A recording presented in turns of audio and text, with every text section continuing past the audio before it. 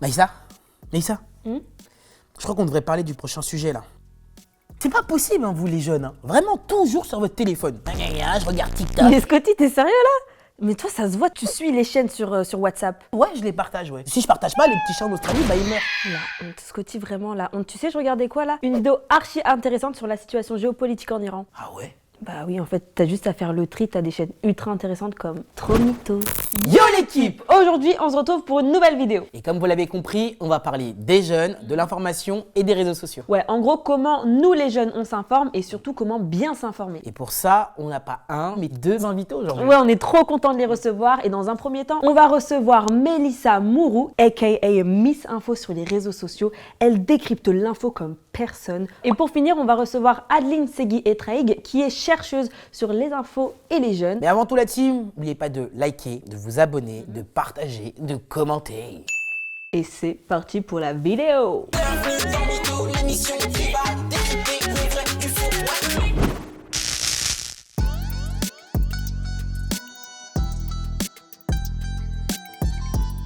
En vrai, quand j'y pense, je me suis toujours informé avec les infos de Jean-Pierre Pernaut.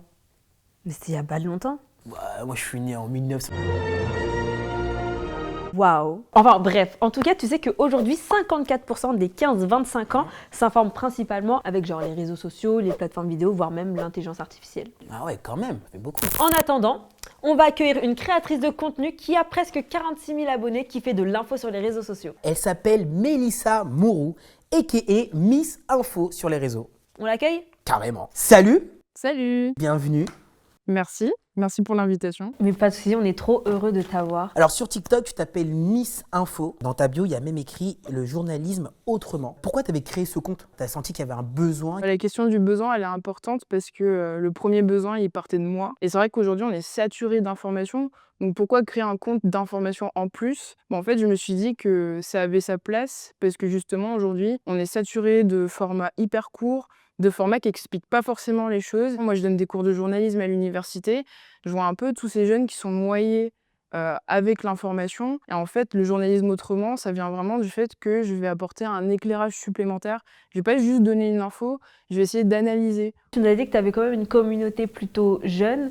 Comment tu arrives à trouver les attentes de ta communauté et comment tu réponds à ces attentes-là? Les gens, ils sont en attente vraiment qu'on creuse les sujets parce que maintenant, c'est hyper facile en fait de reprendre une dépêche de l'AFP où tout le monde va balancer la même information, mais en fait, elle va pas être creusée. Il n'y a pas de pédagogie, il n'y a pas d'explication. Alors, ça existe, hein, mais quand même, aujourd'hui, on va pas dire que c'est une norme. Et puis moi, je me base aussi sur des choses qui sont existantes. Donc, je vois clairement qu'il y a une attente sur ça, en fait, et de faire la lumière sur l'info pour que les gens soient le plus éclairés possible. Est-ce que tu savais qu'aujourd'hui, certaines guerres continuent par décision et choix politiques? Tout ça pour piller les ressources d'un territoire entier. C'est exactement ce qui se passe en ce moment même au Soudan. Je vais tout expliquer, mais d'abord, regarde cet extrait. Comment tu fais pour aborder des sujets à ta manière? Ma touche personnelle, ça vient du fait que c'est mon regard, c'est mon point de vue, parce que moi, je crois pas en la neutralité journalistique, c'est toujours un gros débat.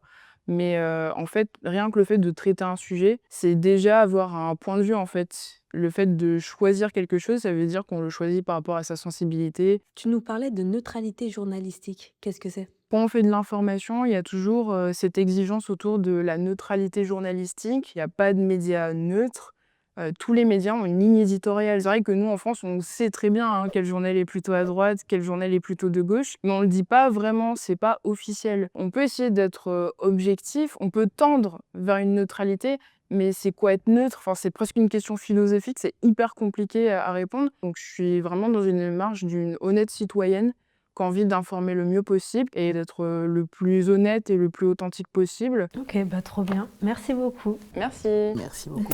Il y a de plus en plus de créateurs et de créatrices de contenu axés sur l'info. Ouais, genre Hugo Décrypte.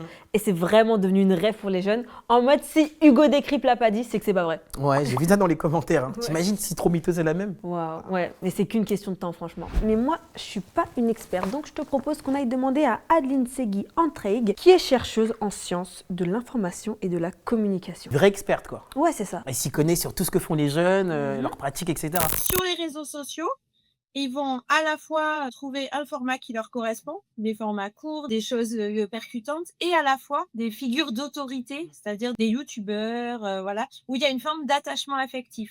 Et donc, il faut pouvoir s'identifier à la personne et finalement s'intéresser aux contenus qui sont proposés, ce qui n'est pas le cas avec les journalistes, qui sont des personnes pour eux qui sont très, très éloignées de leur sphère personnelle.